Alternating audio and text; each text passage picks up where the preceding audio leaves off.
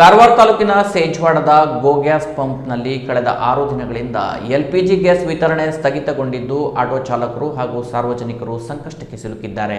ಇದನ್ನು ಖಂಡಿಸಿ ಉತ್ತರ ಕನ್ನಡ ಜಿಲ್ಲಾ ಆಟೋ ಚಾಲಕರ ಮತ್ತು ಮಾಲಕರ ಕ್ಷೇಮಾಭಿವೃದ್ಧಿ ಸಂಘದ ವತಿಯಿಂದ ಗುರುವಾರ ಬೃಹತ್ ಪ್ರತಿಭಟನೆ ನಡೆಸಲಾಯಿತು. ಬಸ್ ನಿಲ್ದಾಣ ವೃತ್ತದಿಂದ ಜಿಲ್ಲಾಧಿಕಾರಿ ಕಚೇರಿಯವರೆಗೆ ಮೆರವಣಿಗೆ ನಡೆಸಿದ ಚಾಲಕರು ಘೋಷಣೆಗಳನ್ನು ಕೂಗಿ ಆಕ್ರೋಶ ವ್ಯಕ್ತಪಡಿಸಿದರು. ಸಂಘದ ಜಿಲ್ಲಾಧ್ಯಕ್ಷ ವಿಶ್ವನಾಥ್ ಗೌಡ ಮಾತನಾಡಿ, ಭಟ್ಕಳದಿಂದ ಸಿರಿಸಿ ತನಕ ಎಲ್ಪಿಜಿ ದರದಲ್ಲಿ ಭಾರಿ ತಾರತಮ್ಯವಿದ್ದು ಖಾಸಗಿ ಪಂಪ್ಗಳು ಅನಿಯಂತ್ರಿತವಾಗಿ ದರ ಹೆಚ್ಚಿಸುತ್ತಿವೆ ಎಂದು ಆರೋಪಿಸಿದರು. ತಕ್ಷಣ ಸಮಸ್ಯೆ ಬಗೆಹರಿಸದಿದ್ದರೆ ಗ್ಯಾಸ್ ಬಂಕ್ಗೆ ಮುತ್ತಿಗೆ ಹಾಕಲಾಗುವುದು ಎಂದು ಎಚ್ಚರಿಸಿದರು. ಪ್ರಧಾನ ಕಾರ್ಯದರ್ಶಿ ಉದಯ ನಾಯ್ಕ್ 6 ದಿನಗಳಿಂದ ಗ್ಯಾಸ್ ಸಿಗದೆ ಚಾಲಕರು ಆದಾಯವಿಲ್ಲದೆ ಸಂಕಷ್ಟ ಅನುಭವಿಸುತ್ತಿದ್ದಾರೆ ಎಂದು ಹೇಳಿದರು. ಎಲ್ಲ ಪಂಪ್ಗಳಲ್ಲಿ ಏಕರೂಪದ ದರ ಹಾಗೂ ನಿರಂತರ ಪೂರೈಕೆಗೆ ಕ್ರಮ ಕೈಗೊಳ್ಳುವಂತೆ ಆಗ್ರಹಿಸಿದರು. ತಹಶೀಲ್ದಾರ್ ನಿಶ್ಚಲ್ ನರೋನಾ ಅವರಿಗೆ ಮನವಿ ಸಲ್ಲಿಸಲಾಗಿದ್ದು ಶೀಘ್ರದಲ್ಲೇ ಸಮಸ್ಯೆ ಬಗೆಹರಿಸುವ ಭರವಸೆ ನೀಡಿದರು.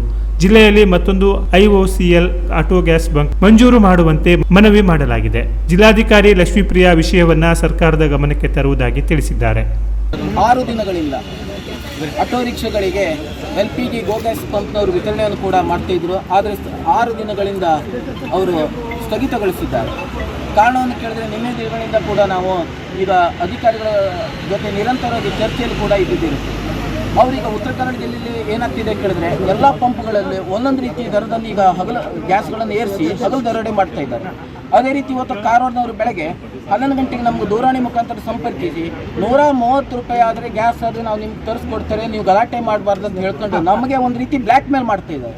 ಇದು ನಾವು ಕಾಣಿಸ್ತೇವೆ ಅವರನ್ನು. ಈಗ ನಾವು ಅವರಲ್ಲಿ ವಿನಂತಿ ಕೊಳ್ಳೋದೇನೆಂದರೆ, ಜಿಲ್ಲೆಯಲ್ಲಿ ಯಾವ ರೀತಿ ದರಗಳಿದೆಯಲ್ಲ ಅದೇ ರೀತಿ ನೀವು ದರದಲ್ಲಿ ಕೂಡಲೇ ನೀವು ಗ್ಯಾಸನ್ನು ವಿತರಣೆ ಮಾಡಲು ಈಗ ಅಧಿಕಾರಿಗಳಿರ್ಬೋದು, ಜನಪ್ರತಿನಿಧಿಗಳು ಅದ್ರ ಬಗ್ಗೆ ಕ್ರಮ ಕೈಗೊಳ್ಳಬೇಕು. ನಾವೀಗ ಜನಪ್ರತಿನಿಧಿಗಳು ಮತ್ತು ಅಧಿಕಾರಿಗಳು ಯಾಕೆ ಈ ವಿಷಯನ ಹೇಳ್ತಿದ್ದಾರೆ ಈ ಕಡೆ, ನಾವು ಕಳೆದ ಒಂದು 20 ದಿನಗಳಿಂದ ಈಗ ಅವ್ರಿಗೆ ಗೊತ್ತಿದ್ದೀರಾ ಗೊತ್ತಿಲ್ಲ. ಈಗ ನೋಡಿ, ಜನಪ್ರತಿನಿಧಿಗಳಂತ ಹೇಳಿದ್ರೆ ಯಾವುದಾದ್ರು ತಮ್ಮ ಪಕ್ಷಗಳ ಸುದ್ದಿಗಳು ಬಂತಂತ ಹೇಳಿದ್ರೆ ದಿನನಿತ್ಯ ಅವ್ರು ಏನು ಮಾಡ್ತಾರೆ ಕೇಳಿದ್ರೆ ಮೀಟಿಂಗು ಅದನ್ನು ಮಾಡ್ತಾರೆ. ಬಟ್ ನಾವು ಈ ರೀತಿ ದುಡಿದು ಇವತ್ತು ನಾಳೆ ಸಾಯುವಂಥ ಪರಿಸ್ಥಿತಿ ಇದ್ರೂ ಕೂಡ ಜನಪ್ರತಿನಿಧಿಗಳು ತಮಗೆ ಮೌನ ವಹಿಸಿರುವುದು ಯಾಕೆ? ಅದು ನಮಗೊಂದು ನಿರ್ಧಾರ. ಆ ಹಿನ್ನೆಲೆಯಲ್ಲಿ ಕೂಡ ಈಗ ಜನಪ್ರತಿನಿಧಿಗಳು ಕೂಡ ಇದರ ಬಗ್ಗೆ ಗಮನಿಸಿ ಸ್ಥಳೀಯ ಶಾಸಕರು ಇರ್ಬೋದು ಅಥವಾ ಜಿಲ್ಲೆಯ ಎಲ್ಲ ತಾಲೂಕಿನ ಶಾಸಕರು, ಉಸ್ತುವಾರಿ ಮಿನಿಸ್ಟ್ರು ಮತ್ತು ಸಂಸದರು, ಸಚಿವರು ಇದ್ರ ಬಗ್ಗೆ ಕೂಡಲೇ ಅವರು ಗಮನ ಹರಿಸಿ ನಮಗೆ ಒಂದು ವೇಳೆ ಅವ್ರ ಗ್ಯಾಸನ್ನು ವಿತರಣೆ ಇದೇ ರೀತಿ ವಿಳಂಬ ಮಾಡಿದಲ್ಲಿ ನಾವು ಮುಂದಿನ ದಿನಗಳಲ್ಲಿ ಅವ್ರ ಮನೆಗೆ ಕೂಡ ನಾವು ಗೆರವು ಹಾಕಲಿಕ್ಕೆ ನಾವು ಹಿಂದೆ ಮುಂದೆ ನಾವು ಆಲೋಚನೆ ಮಾಡೋದಿಲ್ಲ. ಅವರು ಅಂದರೆ ಪ್ರೈವೇಟ್ ಅಂತೇಳಿ ಹೇಳ್ಕೊಂಡು ದಿನಕ್ಕೊಂದು ರೇಟ್ ಮಾಡಿ ಇಲ್ಲಿ ಗ್ಯಾಸ್ ವಿತರಿಸ್ತಾ ಇದ್ದಾರೆ. ಈಗ ಅದರಲ್ಲಿ ನಾವು ಈಗ 5-6 ದಿವಸದಿಂದ ಗ್ಯಾಸ್ ಇಲ್ಲದೆ ಆಟೋ ಚಾಲಕರು ಭಾಳ ದಿವಸದಿಂದ ಈಗ ಮನೆಯಲ್ಲಿ ಕುಂತ್ಕೊಂಡು ಈಗ ಕಾಲ ಕಳೀತಾ ಇದ್ದಾರೆ. ಇಲ್ಲ ಗ್ಯಾಸ್ ಇದ್ದರೆ ಅವ್ರಿಗೆ ಪಾಪ ಊಟ ಒಂದೊತ್ತಿನ ಊಟ ಪರಿಸ್ಥಿತಿ. ಈಗ ಮಕ್ಕಳಿಗೆ ಕಳಿಸ್ಬೇಕು, ಮಕ್ಕಳಿಗೆ ಸ್ಕೂಲಿಗೆ ಕಳಿಸೋದಿದ್ರು ಅದು ಪಾಪ ಅವರು ಬೇರೆ ಯಾವುದೋ ವ್ಯವಸ್ಥೆ ಮಾಡ್ಕೊಂಡು ಕಳಿಸ್ತಾ ಇದ್ದಾರೆ. 10th ಈಗ ಎಕ್ಸಾಮ್ ಸ್ಟಾರ್ಟ್ ಉಂಟು ಮಕ್ಕಳದ್ದು. ಆ ವಿಷಯದಲ್ಲಿ ಸಹ ಈಗ ನಮ್ಮ ಇವರು ಯಾರು ಜಿಲ್ಲಾಡಳಿತ ಸಹ ಇದರಲ್ಲಿ ಮೌನ ವಹಿಸಿ ನಮಗೆ ನಿಷ್ಕಾಳಜಿ ವಹಿಸ್ತಾ ಇದೆ. ಯಾಕಂದರೆ ಈಗ 6-7 ದಿವಸದಿಂದ ಈಗ ಸಮಸ್ಯೆ ಆಗ್ತಾ ಉಂಟು, ಎಲ್ಲರಿಗೂ ಗೊತ್ತುಂಟು. ಅವರಿಗೆ ಕರೆಸಿ ಯಾಕೆ ವಿಳಂಬ ಆಗ್ತಾ ಉಂಟು, ಇದರಲ್ಲಿ ಅಂಕೋಲ ಉಂಟು, ಈಗ ಇಲ್ಲಿಲ್ಲ. ಯಾಕೆ ಯಾವ ಪರಿಸ್ಥಿತಿ ಬೇರೆ ತಾಲೂಕಿನಲ್ಲಿ ಅಲ್ಲಿ ಪ್ರತಿಯೊಂದು ತಾಲೂಕು 2-3 ಪಂಪ್ ಉಂಟು. ಒಂದು ಪಂಪ್ನಲ್ಲಿ ಬಂದಾದರೆ ಮತ್ತೊಂದು ಪಂಪ್ನಲ್ಲಿ ಇರ್ತದೆ.